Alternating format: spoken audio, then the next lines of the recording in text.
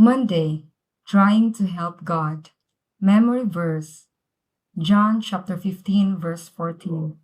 You are my friends if you do whatever I command you.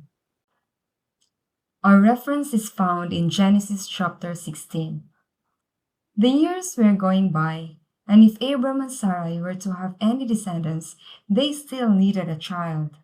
Finally, Sarai was so sure she would never have a baby, she decided they should start a family through one of their servants.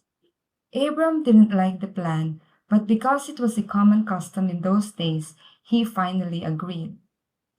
If Abram had asked God about it, he wouldn't have followed Sarah's plan. God knows that having more than one wife at the same time only brings unhappiness, and it did. When Hagar, Sarai's servant, knew she was going to have a baby, she acted more important than her mistress, and that made Sarai angry. But when Sarai blamed Abram for everything that was going wrong, he reminded her that Hagar was still her servant and should do whatever she told her to do. But when Sarai insisted that Hagar obey her, she was too proud to change, and that she ran away. There wasn't a safe place where Hagar could go, and she probably felt lonely and afraid. But someone did care about her. What happened next? Genesis chapter 16, verse 7. And the angel of the Lord found her by a fountain of water in the wilderness, by the fountain in the way to Shur. Hagar must have been surprised that God had a message for her. It was true that Abram had married Hagar, but what did God call her? And what did he tell her to do? Read verses 8 and 9. Genesis chapter 16, verses 8 and 9. Verse 8.